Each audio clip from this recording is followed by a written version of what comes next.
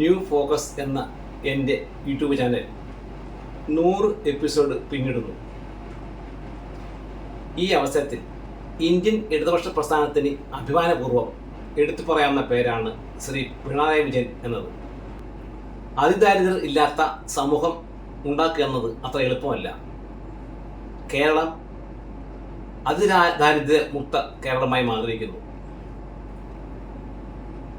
നീണ്ട 10 വർഷം തുടർച്ചയായി കേരളത്തിൻ്റെ മുഖ്യമന്ത്രി ആയ ശ്രീ പിണറായി വിജയൻ,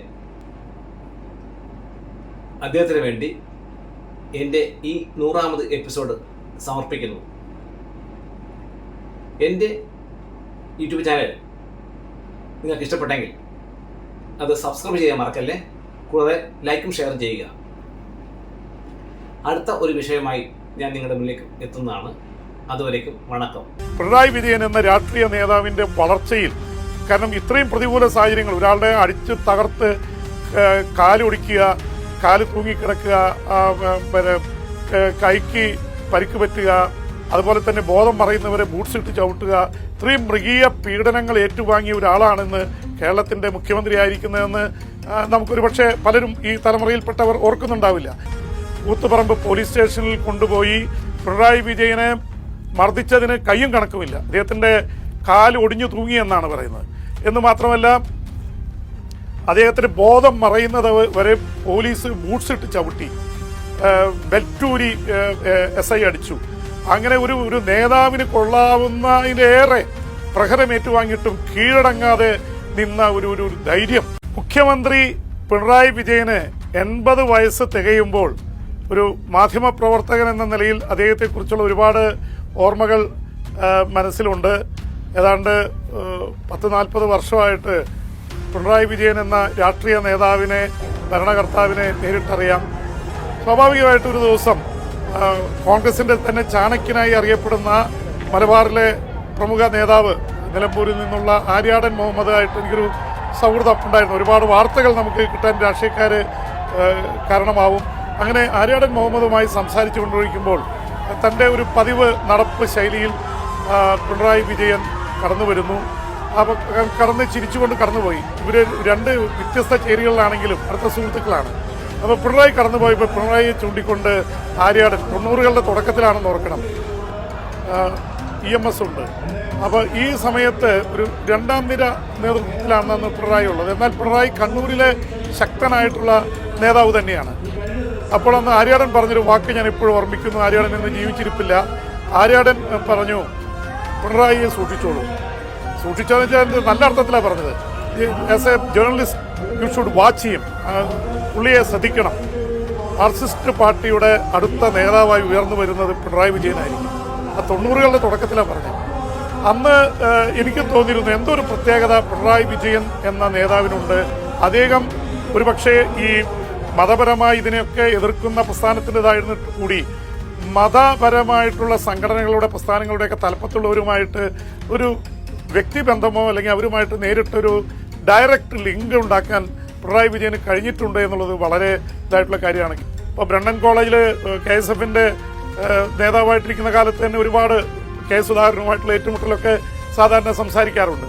പക്ഷേ ഒരുപക്ഷെ അടിയന്തരാവസ്ഥ കാലത്താണ് പിണറായി വിജയൻ എന്ന നേതാവിൻ്റെ ഒരു തൻപോരിമയും പോരാട്ട വീര്യവും കേരളം കണ്ടത്. ഒരുപക്ഷെ എനിക്ക് തോന്നുന്നു പിണറായി വിജയൻ ഇത്രയും കർക്കശക്കാരനും ഒരു എന്താ പറയുക പരുക്കനുമായിട്ട് തോന്നാൻ ഒരു കാരണം 1975 ഇന്ദിരാഗാന്ധി പ്രഖ്യാപിച്ച അടിയന്തരാവസ്ഥ കാലത്ത് ഉണ്ടായിട്ടുള്ള സംഭവങ്ങളാണ്. 1975 ആണ് പിണറായി വിജയനെ അടക്കം 10 MLA-മാരെ അറസ്റ്റ് ചെയ്യുന്നത്.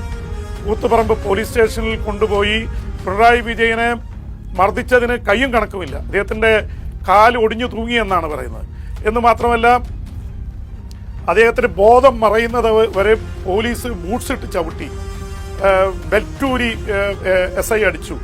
അങ്ങനെ ഒരു നേതാവിന് കൊള്ളാവുന്നതിലേറെ പ്രഹരമേറ്റുവാങ്ങിയിട്ടും കീഴടങ്ങാതെ നിന്ന ഒരു ധൈര്യം പിണറായി വിജയൻ എന്ന രാഷ്ട്രീയ നേതാവിൻ്റെ വളർച്ചയിൽ, കാരണം ഇത്രയും പ്രതികൂല സാഹചര്യങ്ങൾ, ഒരാളുടെ അടിച്ച് തകർത്ത് കാലൊടിക്കുക, കാല് തൂങ്ങിക്കിടക്കുക, കൈക്ക് പരിക്ക് പറ്റുക, അതുപോലെ തന്നെ ബോധം മറയുന്നവരെ ബൂട്ട്സ് ഇട്ട് ചവിട്ടുക, ഇത്രയും മൃഗീയ പീഡനങ്ങൾ ഏറ്റുവാങ്ങിയ ഒരാളാണെന്ന് കേരളത്തിൻ്റെ മുഖ്യമന്ത്രിയായിരിക്കുന്നതെന്ന് നമുക്കൊരു പക്ഷേ പലരും ഈ തലമുറയിൽപ്പെട്ടവർ ഓർക്കുന്നുണ്ടാവില്ല. അതുകൊണ്ട് പിണറായി വിജയൻ എന്ന നേതാവിനെ വെറും ഒരു സൂപ്പർഫിഷ്യലായിട്ട് നമ്മൾ വിലയിരുത്തുന്നത് ശരിയല്ല. കാരണം അടിയന്തരാവസ്ഥക്കാലത്ത് അത്രയും ഭീകര മർദ്ദനങ്ങളിലൂടെ കടന്നുപോയ ഒരാളാണ്. പിന്നീട് ചേഞ്ച് ചെയ്ത് 1970 അന്ന് സംസ്ഥാന കമ്മിറ്റി അംഗമാണ് അദ്ദേഹം. പക്ഷേ അതിനപ്പുറത്തേക്ക് പോയിട്ടില്ല. 75 ആ പീഡനത്തിന് ശേഷമാണ് പിണറായിയുടെ എന്ന നേതാവ് ഒരു ഫയർ ബ്രാൻഡ് പൊളിറ്റീഷ്യനായിട്ട് വരുന്നത്.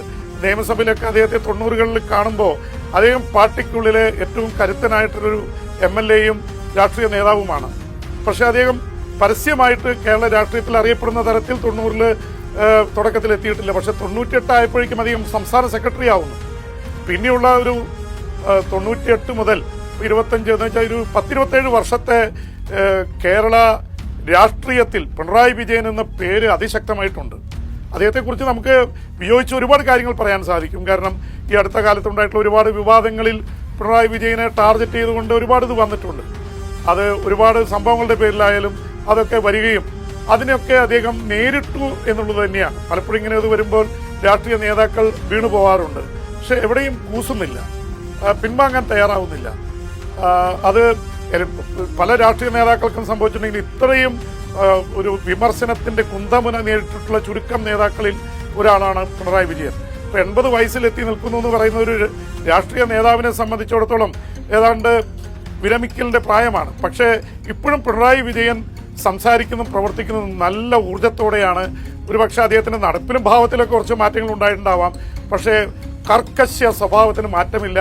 അടുത്തിടെ സർക്കാരിൻ്റെ 9ാം വാർഷികം, അല്ലെങ്കിൽ ഈ സർക്കാർ വന്ന് 4ാം വാർഷികം, അന്ന് 9 വർഷമായി പിണറായി മുഖ്യമന്ത്രിയായിട്ട്. അപ്പോൾ അത് ഒരുപക്ഷെ ഒരു വലിയ ചരിത്രമാണത്. കാരണം വേറെ ആർക്കും 9 വർഷങ്ങൾ തുടർച്ചയായിട്ട് മുഖ്യമന്ത്രിയായിരിക്കാൻ കഴിഞ്ഞിട്ടില്ല. എന്ന രാഷ്ട്രീയ നേതാവിന് 80 വയസ്സിലെത്തി നിൽക്കുമ്പോൾ അദ്ദേഹത്തിനെ കുറിച്ചുള്ള ഒരു വിലയിരുത്തൽ കുറച്ചും കൂടിയും നിഷ്പക്ഷമായും അദ്ദേഹത്തിന്റെ പഴയകാല ചരിത്രം എടുത്തുകൊണ്ട് നടത്തേണ്ടിയിരിക്കുന്നു. പിന്നീട് വന്ന കാലത്തൊക്കെ ഒരുപാട് വിവാദങ്ങളിൽ പെട്ടിട്ടുണ്ട്. അതിന്റെ മെറിറ്റിലേക്ക് ഞാനിപ്പോൾ പോകുന്നില്ല. 80 വയസ്സ് കഴിയുമ്പോൾ അദ്ദേഹത്തെ കുറ്റാരോപിതനായി പ്രതിക്കൂട്ടിൽ നിർത്താനല്ല ഒരു മുതിർന്ന മാധ്യമ പ്രവർത്തകൻ എന്ന നിലയിൽ ഞാനിവിടെ നിൽക്കുന്നത്. കാരണം ഒരാളെ 80 വയസ്സ് കഴിയുന്നത് അദ്ദേഹത്തിന്റെ വ്യക്തി ജീവിതത്തിലെയും രാഷ്ട്രീയ ജീവിതത്തിലെയും ഒരു നാഴികക്കല്ലാണ്. അദ്ദേഹം വീണ്ടും ഇനി മുഖ്യമന്ത്രിയായി വരുമോ, എന്തായിരിക്കും? കാരണം അതിന്റെ ക്ലൈമാക്സിൽ നിൽക്കുകയാണ്. അദ്ദേഹത്തിന്റെ രാഷ്ട്രീയ പ്രവർത്തനത്തിന്റെ ക്ലൈമാക്സിൽ പിണറായി വിജയനെ പോലൊരു നേതാവ് നിൽക്കുമ്പോൾ അദ്ദേഹത്തെക്കുറിച്ചുള്ള വിലയിരുത്തൽ വളരെ സ്വതന്ത്രമായി നടത്തണം എന്നുള്ള ചിന്തയിലാണ് ഞാൻ ഇതൊക്കെ പറഞ്ഞത്. പിണറായി വിജയനെ കുറിച്ച് എതിർക്കാവുന്ന ഒരുപാട് കാര്യങ്ങളുണ്ടാവാം. പക്ഷെ അദ്ദേഹത്തിന്റെ വ്യക്തിപരമായി പിണറായി വിജയൻ കാത്തു സൂക്ഷിക്കുന്ന ചില കാര്യങ്ങളിലുള്ള ഒരു കൃത്യനിഷ്ഠ, ചില തീരുമാനങ്ങൾ, ആ തീരുമാനങ്ങൾ ഉറച്ചു നിൽക്കുന്നത്, അതുമൂലം ഉണ്ടാവുന്ന പ്രശ്നങ്ങളെ നേരിടാനുള്ള ചങ്കൂറ്റം, ഇതൊക്കെ കാര്യങ്ങളാണ്. ഇപ്പൊ പിണറായി വിജയൻ 80 വയസ്സിൽ എത്തിയിരിക്കുന്നു. ഒരുപക്ഷെ അദ്ദേഹത്തിന് 80 വയസ്സ് എന്നുള്ളത് തന്നെ അത്ഭുതമായിരിക്കും. കാരണം പിണറായി ഇപ്പോഴും ഒരു 50കളിൽ നിൽക്കുന്ന ഒരു നേതാവിന്റെ പ്രസരിപ്പും അദ്ദേഹത്തിന്റെ ചിന്താ രീതിയും ഒക്കെ അതുപോലെയാണ്. 80 വയസ്സുകാരന്റെ ഇതല്ല, ചടുലമായിട്ടുള്ള ചില നീക്കങ്ങളുണ്ട്. അത് പക്ഷേ നടക്കുന്ന കാര്യത്തിൽ മാറ്റം വന്നിട്ടുണ്ടാവുമെങ്കിലും ചിന്തിക്കുന്നതിലും പ്രവർത്തിക്കുന്നതിലും പിണറായി ശൈലിയുണ്ട്. അധികം മിന്നൽ പിണറായി തന്നെയാണ്.